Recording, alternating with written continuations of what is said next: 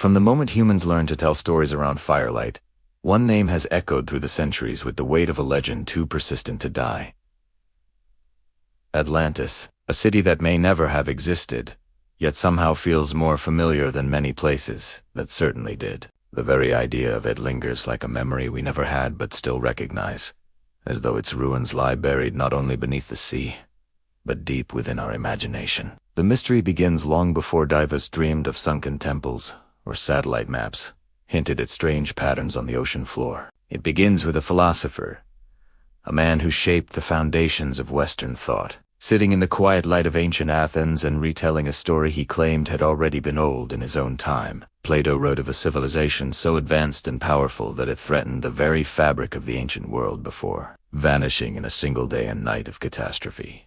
Was he recounting a warning, a parable, or a fragment of forgotten history? The centuries have never settled the question, but the allure of Atlantis only grew stronger each time its name was whispered. Plato described Atlantis as a mighty island empire located beyond the Pillars of Heracles, the place we now call the Strait of Gibraltar. It was said to be larger than Libya and Asia combined, a land blessed with fertile fields, warm breezes, and extraordinary natural resources. Its people grew wealthy and proud, mastering technologies and architectural techniques far beyond those of their contemporaries. They built circular cities connected by canals, adorned their temples with precious metals, and raised structures so impressive that even the gods took notice. But the most fascinating element of this ancient tale is not merely the grandeur of Atlantis. It is the sense that its people stood at a crossroads familiar to every civilization in human history. According to Plato, they allowed wealth to overshadow wisdom,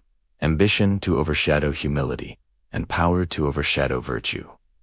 And so, the gods, or fate itself, struck them down. A single day and night, he said. One unimaginable convulsion of nature, and Atlantis was swallowed by the sea. For centuries, scholars, explorers, mystics, and dreamers have tried to understand if this account was history dressed as a warning or a symbolic tale disguised as memory. If Plato invented Atlantis, why did the story feel so detailed, so anchored to geography and culture? Why did he insist that the tale came from Solon, a respected Athenian statesman who supposedly heard it from Egyptian priests? And if he merely intended it as an allegory, why did later writers, even those who disagreed with him on many things, never dismiss Atlantis outright? The enigma was born not only from its possibility but from its vagueness, leaving just enough room for hope and suspicion to grow together like two vines, twisting around the same ancient pillar. As centuries passed, the legend traveled across continents.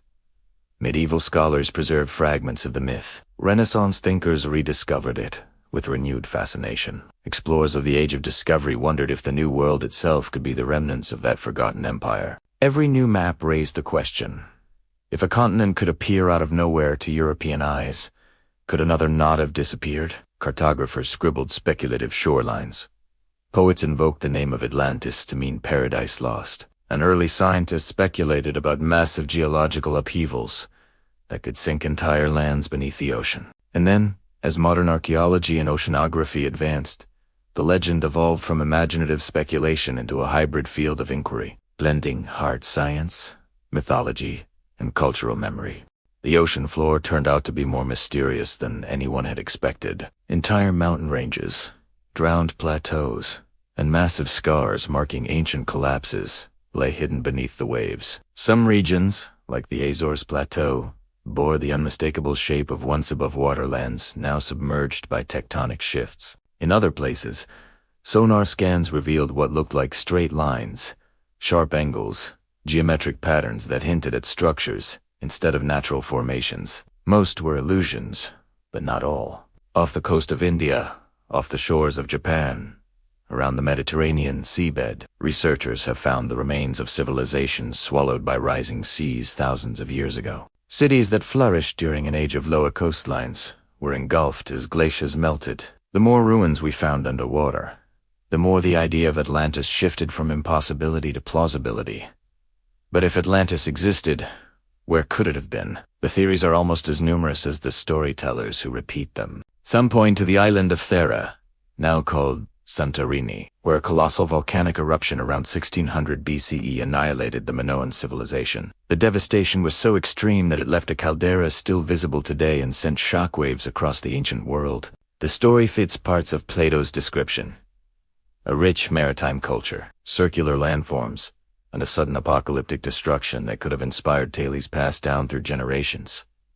Yet, the geographical details do not fully align. Others look to the coast of Spain, near the Donana wetlands, where satellite imagery and excavations have uncovered evidence of ancient concentric structures eerily similar to Plato's account. Could these marshlands have been fertile plains before a tsunami erased them? Still others argue for the Azores, the Caribbean, even Antarctica before it froze. It seems every coastline and ocean trench has at some point been pointed to as the cradle of Atlantis. But one of the most intriguing possibilities comes from a different angle altogether. That Atlantis was not a single city, but a memory of a broader prehistoric world that humans lost as sea levels rose, catastrophically, after the last ice age.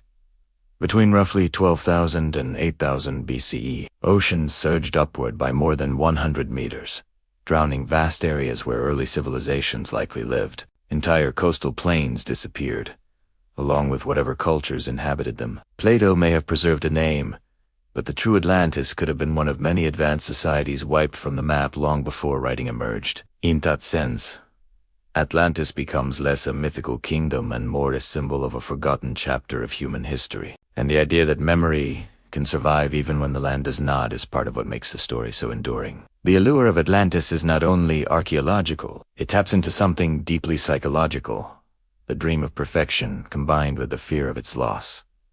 A utopia, too perfect to last. A warning adapted to every era. When people look at Atlantis, they see their own world reflected back like the surface of the sea. Beautiful, fragile, vulnerable to forces larger than ourselves. Some imagined a technologically advanced society with inventions surpassing even ours. Others picture a spiritual civilization in harmony with nature. Still others dream of Atlantis as a place where humanity reached its potential before succumbing to greed, arrogance, or environmental collapse. Each version says more about us than about the past. We project our hopes onto Atlantis, but we also project our fears, and this duality, the paradise and the downfall, is what has kept the legend alive for more than 2,300 years. Modern science adds another layer of fascination. The ocean is still mostly unexplored. More than 80% of it remains unmapped, unknown, and unseen. Entire mountain ranges lie hidden. Creatures that once existed only in nightmares emerge from the darkness with bioluminescent trails. Geological formations appear that defy easy explanation. It makes the idea of a lost civilization not only romantic, but realistic. If we can miss entire ecosystems, why not the ruins of a vanished people? Deep-sea robotics, submersible drones, and high-resolution sonar are now revealing landscapes on the ocean floor that previous generations could only imagine. And yet, for every discovery we make, the ocean seems to remind us of how much more it is holding. There is also a cultural mystery woven through the tale. Why did so many ancient societies speak of great floods, drowned lands, and civilizations wiped away by water? From Mesopotamia to the Americas, from Asia to Europe, flood myths appear with uncanny similarity. Could they all reflect the same real event, the massive sea level rise at the end of the Ice Age? If so, then Atlantis may be just one name among many for a story humanity experienced collectively. Plato gave it form, but the memory may be older than writing, older than civilization itself. A story whispered around fires long before ink touched papyrus. In recent years, satellite imagery and LiDAR have uncovered lost cities on land, swallowed not by water, but by time and jungle. Angkor, Uber, Gagla Tepe. Each discovery reminds us that human civilizations are far older and more complex than once believed. Structures once thought impossible for ancient people were built by hands that have turned to dust. We have found entire metropolises hidden beneath rainforest canopies, and vast networks of roads, canals, and pyramids buried for millennia. If we could miss these on land, how much more could lie beneath miles of ocean?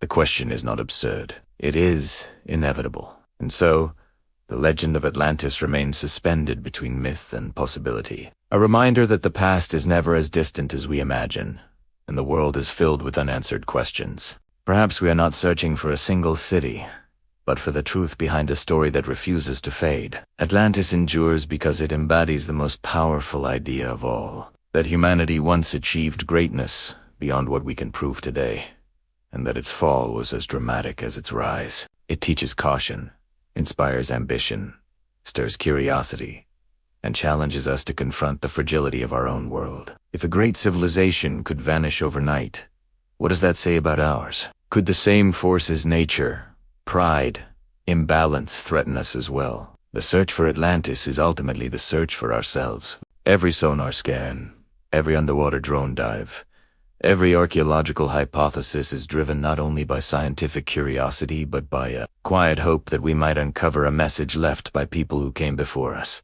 A warning carved into stone now lying beneath the waves. A testament to human ingenuity and the consequences of forgetting humility. A reminder that our past holds secrets capable of reshaping our understanding of the present. Whether Atlantis lies buried beneath the Atlantic, hidden under Mediterranean mud, dissolved into folklore, or scattered across multiple prehistoric cultures, its influence is undeniable. It has shaped literature, philosophy, religion, exploration, architecture, and modern thought. It stands as a symbol of both perfection and downfall, a story that grows richer with each generation because it adapts to the fears and dreams of the age. In times of optimism, Atlantis becomes a beacon of lost greatness. In times of uncertainty, it becomes a warning. Today, as we grapple with environmental changes, rising seas, and global instability, the story feels more relevant than ever. Plato's tale is not just about a city. It is about the consequences of forgetting balance. Imagine, for a moment, that Atlantis truly existed. Imagine walking through its grand canals, hearing the hum of distant markets, seeing shimmering mineral-coated walls reflecting sunlight in a rainbow of colors. Imagine standing on a balcony overlooking concentric rings of land and water, watching ships glide smoothly along flawless waterways. Imagine a society where technology and nature coexisted, where knowledge flourished, and where the horizon seemed limitless. And then imagine the sky darkening, the ground trembling, the sea roaring with an ancient fury that no empire could resist. A single day, a single night, and the story ends, leaving only questions, only memories, only legends. The legends are powerful. They survive because someone, somewhere, refuses to let them die. Atlantis is not gone. It lives in every submerged ruin, every discovery that expands our understanding of the past, every mystery that pushes us to explore deeper. It lives in the restless human spirit that refuses to accept the surface of things and instead seeks what lies beneath. It lives in curiosity, the force that has driven our species from caves to cities, from oceans to stars.